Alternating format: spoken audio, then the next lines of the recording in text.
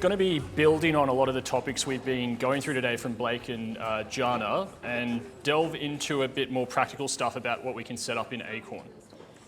So I guess we're going to be covering how to design a good learning experience, primarily around how we can make sure our learners are discovering the new learning initiatives we launch, and how we can improve those learning initiatives.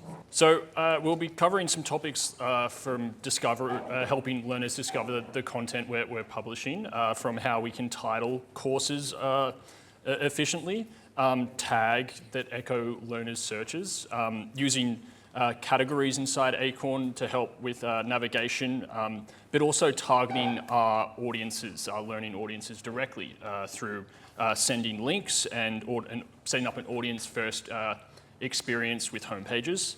And then we'll delve into setting up some really valuable and effective feedback methods as well. So to start off with titles, before we jumped into looking at stuff in the platform, I guess a really basic advice I like to give is a good title lets the learner answer, is this for me right now, in under 3 seconds. We want to make it clearly what it's about and give them 3 seconds to read the title before making that decision. So a few more detailed advice around titling and your courses. We want to reduce friction and present a clear outcome. We want to set expectations, so not make clickbaity titles and overpromise. We also want to improve searches by using the same language that our learners use, not using over-complex language, but using stuff like one-on-ones and feedback, the language they'll actually be typing into search bars. So here's some general rules, but I won't go into them too much.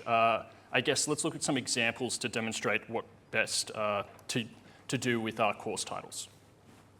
So today I'll be working through an example of a new learning initiative we've set up in the platform, and that would be a very common example of a manager's or team leader's training program. So some weak and strong titles we could name courses in the program. We could name a course performance management module, but a better title could be Run Better One-on-Ones and Follow-Ups, better demonstrating the outcome, what they're actually getting from the course, and using the language that they use. Another one, Crucial Conversations Framework. Explanatory title, but give candid feedback without killing trust is probably more accurate to the outcome that they'll take away from that learning piece. So yeah, just a course and discovering the right content starts with the titles. If we get these right, people are searching for them correctly and getting enticed to click on them and do them as well. Awesome. So the next thing is we use and we can tag our content in Acorn as well. So there's some general rules about tagging that I'd like to just cover briefly. And we want to firstly tag beyond the title. So we want to use other like terms that might not be covered in the title or the description, but kind of synonyms that people might use. So for example, Run Better One-on-Ones and Follow-Ups course, we might want to tag that with check-ins and feedback because people will still be searching for those terms, and that's the course they're probably looking for. Again, we want to use an audience language, no jargon. So if we don't use the acronym OKR at your organization, probably don't put that as a tag. No one's going to be searching for it. Include abbreviations where you can. So instead of writing out performance improvement plans, people are probably searching for PIPs. So just some key tips there. And then finally, don't add too many tags. 2 to 3 is really good. If you start to tag everything with every possible term, if someone searches in the catalog, they're going to be presented all the courses. So it's not really that useful for them. So to see this in practice, and just to demonstrate the point here, we've got our new Managers Learning Initiative in Acorn that we've set up. And if I was to search for feedback, for example, I've got 2 courses that are displayed to me. One is the Give Candid Feedback course, so that's getting displayed, but also Run Better One-on-Ones and Follow-Ups, because that's also covering a feedback topic, and because I've tagged it appropriately, it gets displayed to me when I search for it. And so the second thing is we can also categorize and add categories to content in Acorn. So there's some general rules here. And basically, categories are your top-level sections for browsing. It's how we categorize big overarching groups of content. So usually aim to have 3 to 5 categories inside your Acorn platform. Again, use the audience words, not jargon like L&D stream B. Use people management category. and make sure they're stable over time so people are aware these are the 5 core categories of learning I have available. They can keep coming back and finding new learning opportunities. So some good examples is, people management, cross-functional, compliance category, disability and inclusion, some big overarching learning topics. But probably too granular would be one-on-ones as a category. That's better off as a tag and whatnot. So flipping back to the system here, we can see categories are set up and people will then go to our catalog and filter for those categories and discover the content that way. So I guess all of that from title, tags, and categories, that helps people find the content when they're willing to go search for new training. That's not often the case. And especially in learning initiatives like a new manager's training program, we've got a target audience. So why not specifically reach out to that audience, give them direct access to the courses that will help them get better at their job and not just leave it up to them willingly going through the system and searching for stuff. So that's where a key rule comes in. It's called the 2-click rule. Something Blake touched on earlier today. We really want people to do the training that's going to help them get better at their jobs. So we need to make it as easily as possible and try not to get them searching for stuff in the catalog. So I guess the rule of thumb is to drive engagement, get learners from a message to getting to the course within 2 clicks. And luckily, good news, because we set up categories and tags, we can do that really easily inside the system. So right now, I have searched for feedback, and it's shown me a few courses, and I've filtered it down to the people management category. Now, inside the catalog, I can use this search button on the right-hand side, and that's going to give me a link directly to this pre-filtered catalog. So if I send out this link on an email or Teams on your intranet, people are going to get taken exactly to the same search results, filtered down to people management, filtered down to the feedback courses that I've searched for. So a really valuable thing if we want to, if we know we have an audience for our new learning initiative, to kind of send them directly to some pre-filtered links in the catalog so they're there at the course within 2 clicks. And then finally, and especially in these circumstances where we do have an audience for our targeted learning program, one of the best things to do is set up a audience-first entry experience. So surface the right program for the right people as soon as they enter the LMS. So I might actually flip over to the system a bit more and show you through. This is done through our homepage dashboards. So we can see right now my homepage is just the generic Acorn homepage, tell me about my life as a customer success manager in this example. But if I was to, and bear with me, impersonate one of our fake supervisors to show that if I was a people leader or a manager logging into the system, I would have a different homepage that kind of obviously advertises that new learning program. It's actually using one of the links I created earlier to link me directly to that program in the catalog, pre-filtered to the people management category. And it's a really valuable tool to create custom homepages specifically for groups like managers, where there's, they're going to have a new learning initiative every few years that we really want to get them through. So we might as well customize their first entry point to the system so we navigate them towards those learning opportunities that we have built for them. Just briefly, in case you haven't seen this feature before,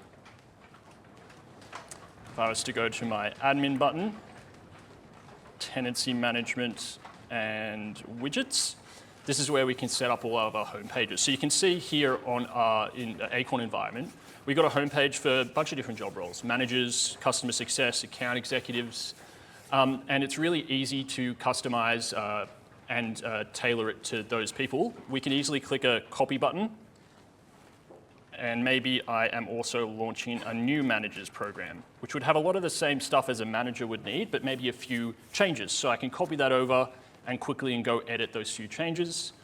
And then to restrict it, we can use what we call cohorts, which if you don't know much about, come chat to me after. But we can group together managers and then make sure it's restricted to just that manager cohort, so they're seeing the right home pages depending on who they are at the organization.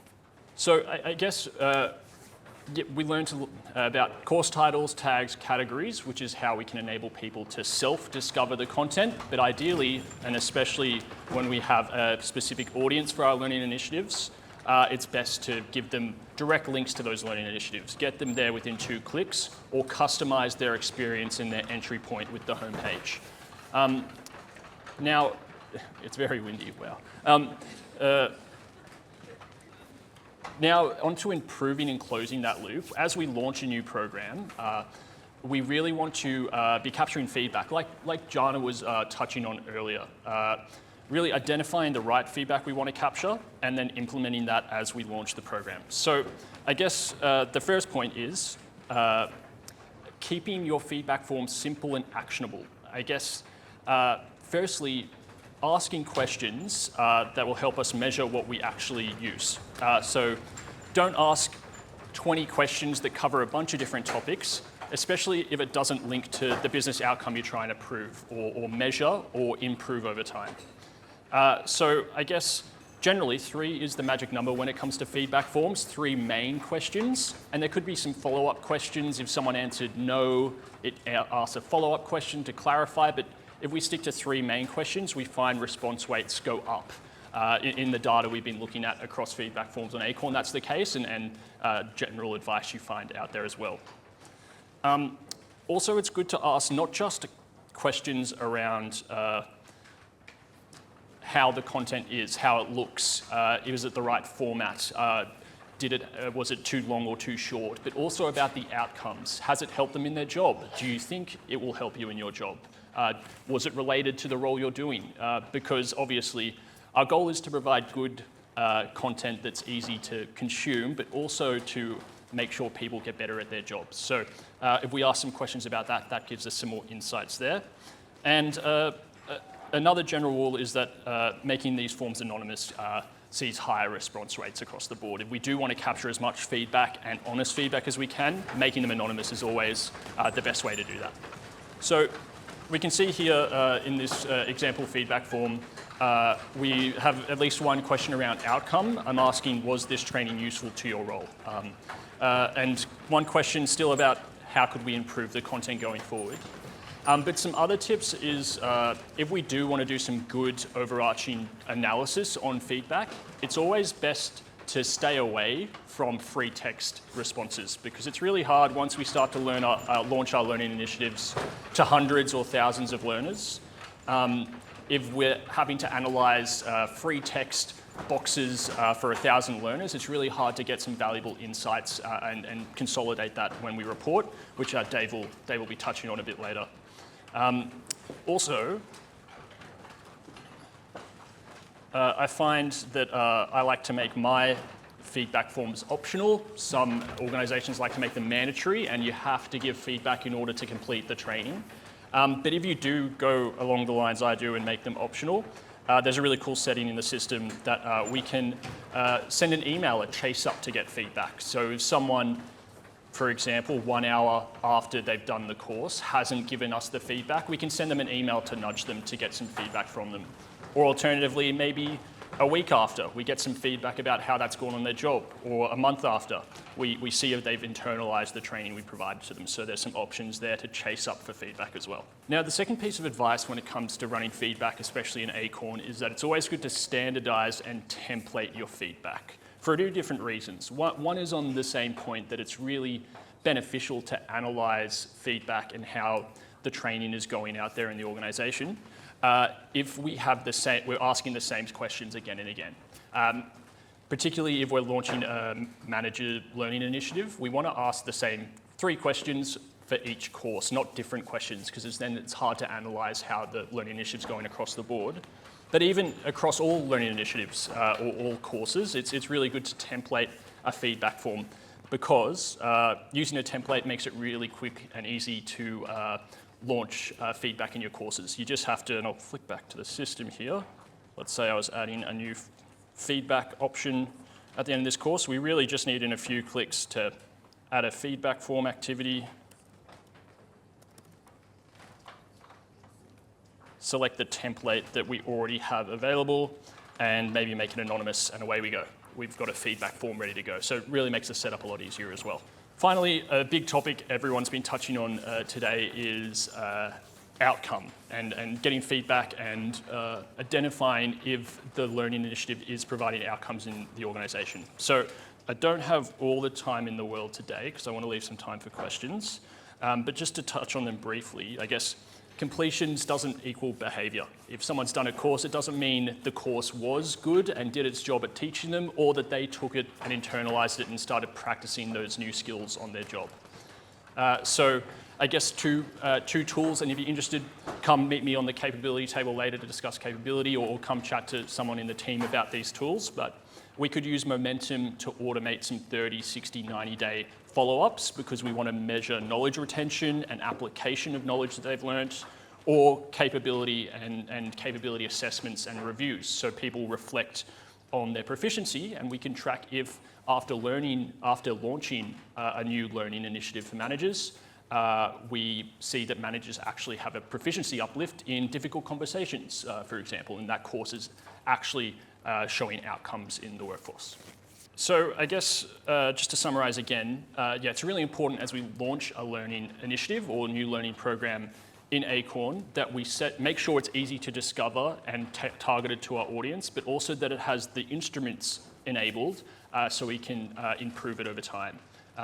Later, Dave will be looking into how we can analyze the data we're getting out. Are people finding the course? Are people giving bad or negative feedback, and how can we improve that over time? So we'll tackle that a bit later as well. We've recently launched a new catalog as well inside the platform. You've probably already seen it quite a bit now. But I guess the goal was to better help discoverability of content and people finding the right content.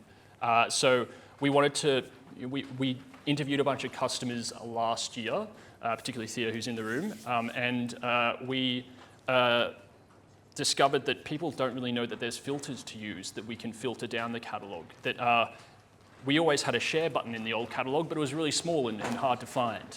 So we really wanted to make the tools that are already in the catalog more obvious, so we can get a better help learners discover your new learning initiatives or discover the content that will actually help them get better at their jobs. So a lot of cool improvements.